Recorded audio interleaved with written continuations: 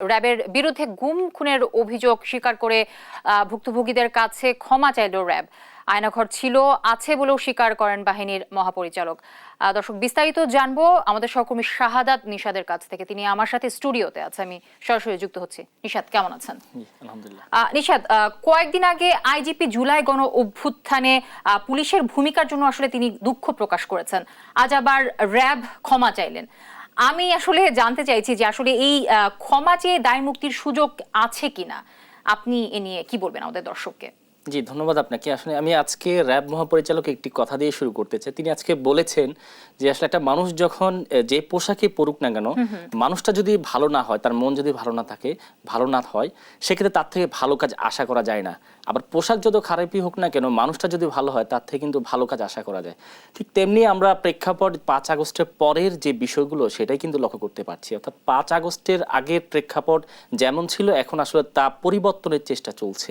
আমি যদি একটু বলতে চাই, 5 আগস্টের আগে যে ঘটনা, সেক্ষেত্রে আমরা দেখেছি রাজনৈতিক প্রভাবটা খুব বড় ভূমিকা পালন করেছে। রাজনৈতিক ক্ষেত্রে বিভিন্ন সময় অন্য রাজনৈতিক দলের মানুষজন যেমন নির্যাতনের শিকার হয়েছে, তেমনি সাধারণ মানুষও ভুক্তভোগী হয়েছে।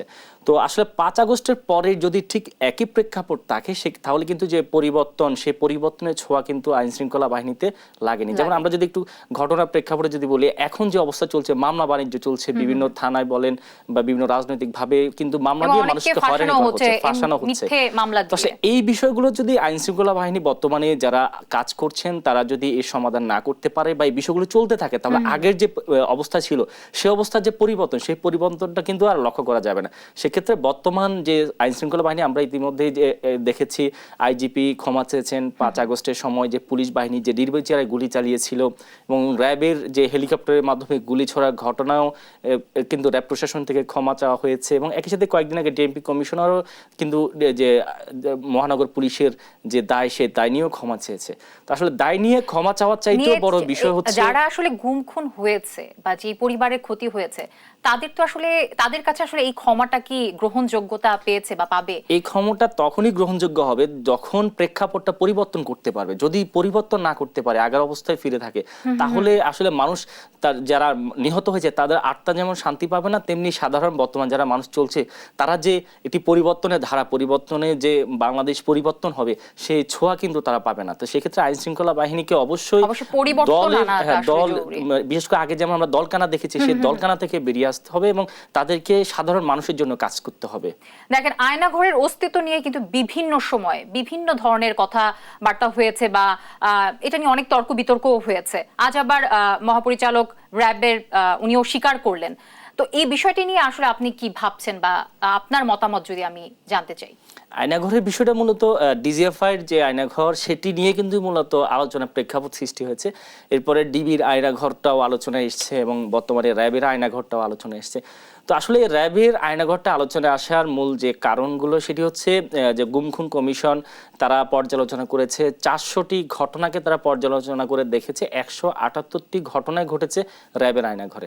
তো এই ঘটনার প্রেক্ষিতে কিন্তু এখন আয়নাঘরটা সবচেয়ে বেশি আলোচিত। মূলত এখানে অনেকজন কিন্তু ইতিমধ্যে আমরা দেখেছি তারা দীর্ঘ অনেক বছর ধরে নিখোঁজ রয়েছে। আমি একটু আগেই যে বলেছি যে আসলে দলীয় প্রভাবের কারণে, অনেকের দলের কারণে কিন্তু এই আয়নাঘরে বন্দী হতে হয়েছে। র্যাবটা মূলত আসলে কেন প্রতিষ্ঠা করা হয়েছে? র্যাবটা প্রতিষ্ঠা করা হয়েছিল 2004 সালে বিএনপি সময়কার সময়ে এটি প্রতিষ্ঠা করা হয়েছিল।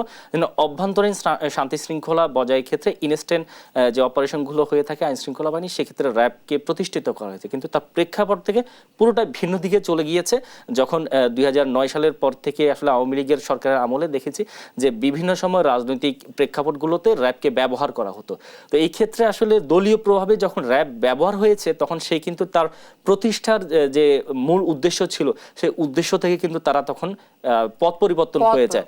এক্ষেত্রে শুধু র্যাব না, অন্যান্য বাহিনীরও একই অবস্থা সৃষ্টি হচ্ছে। আমরা পুলিশ 5 আগস্টের আগে যেমন দেখেছি পুলিশের নির্বিচারগুলি, এক্ষেত্রে অনেকেই যেমন নির্দেশে কাজ করেছে, তেমনি অনেকে আবেগেও কাজ করেছে। আমি র্যাব নিয়ে যেহেতু কথা হচ্ছিল, র্যাব বিলুপ্তির সিদ্ধান্তে এলে মানা হবে, এই বিষয়টি নিয়ে আজকে আমি হেডলাইনেও পড়লাম।